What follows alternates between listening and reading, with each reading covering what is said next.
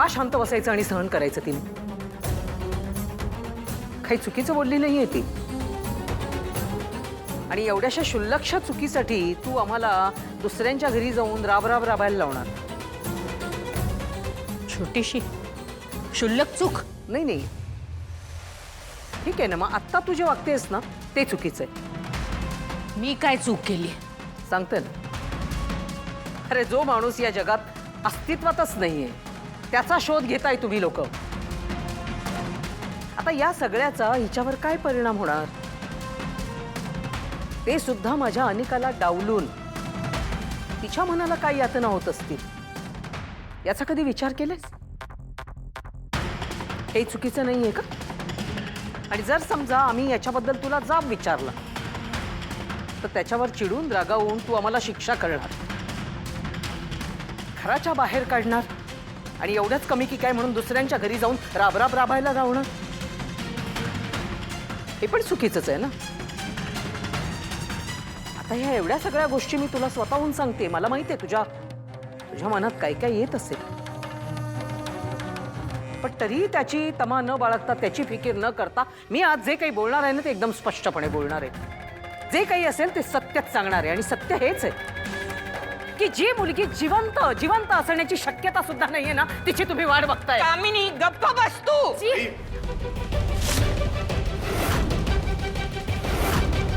आत्या, खूप बोललीस तू. पास झालं. आता जरा तोंड बंद ठेव. करते हे काय? मी तोंड बंद केलं. तू पण विसरलायस का राजन?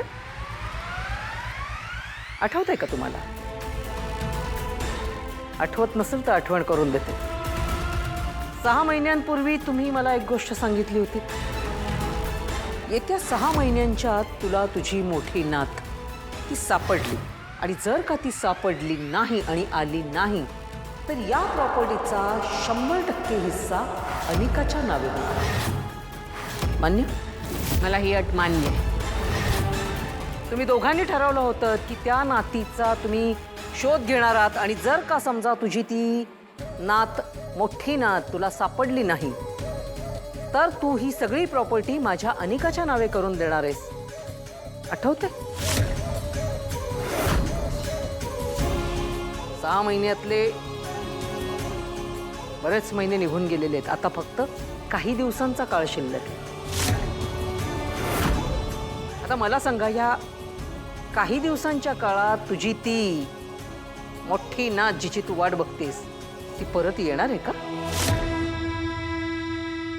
येणार आहे. माझी मोठी नात मला सापडणार आहे. ती 15 दिवसात या घरात येणार आहे. काय कशी काय येणार आहे? म्हणजे कशी अशी आकाशामध्ये जसा चंद्र यावा तशी येणार आहे का? हा, पौर्णिमेचा चंद्रच मिळणार आहे जणू. कुठे मिळणार?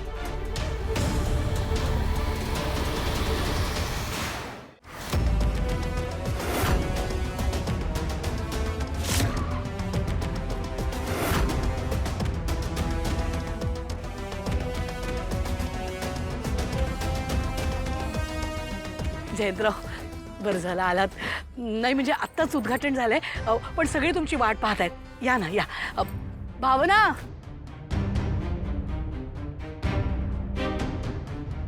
तू आलास, खरंच खूप बरं वाटलं. अरे आय सॉरी, मला यायला थोडा उशीर झाला.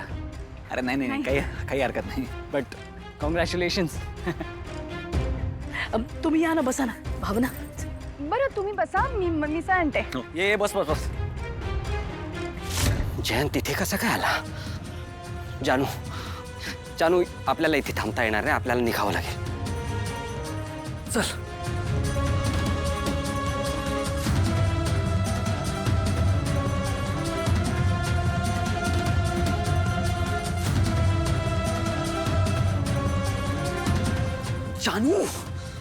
जानू अगं तिकडे जय.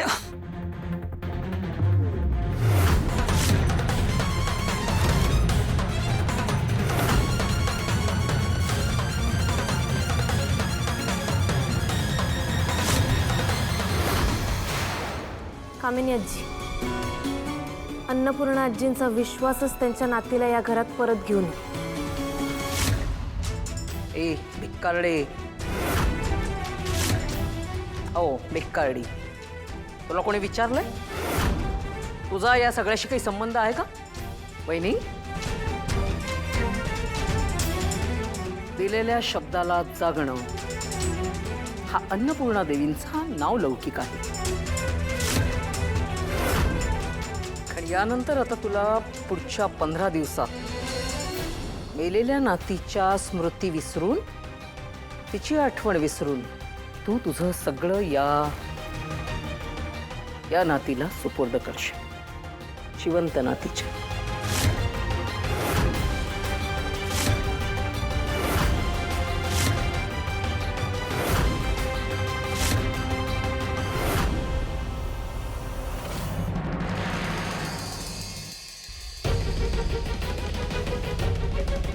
हो दादा, कुठं? मला अन्नपूर्णा मॅडमना भेटायचं खूप महत्वाचं काम आहे त्यांच्याकडे. नाही असं आतमध्ये जाता येत नाही आतून ऑर्डर आल्याशिवाय. अहो हे बघा, मी रिक्वेस्ट करतो तुम्हाला, माझं राजन सर आणि अन्नपूर्णा मॅडमकडे खरंच खूप महत्वाचं काम आहे. त्यांच्याशी एका महत्वाच्या विषयावर बोलायचं मला. प्लीज आज जाऊ दे, रिक्वेस्ट करतो. मॅडमचं काम आहे? हो नक्की? हो. इथेच थांबा, मी विचारून येतो. हा,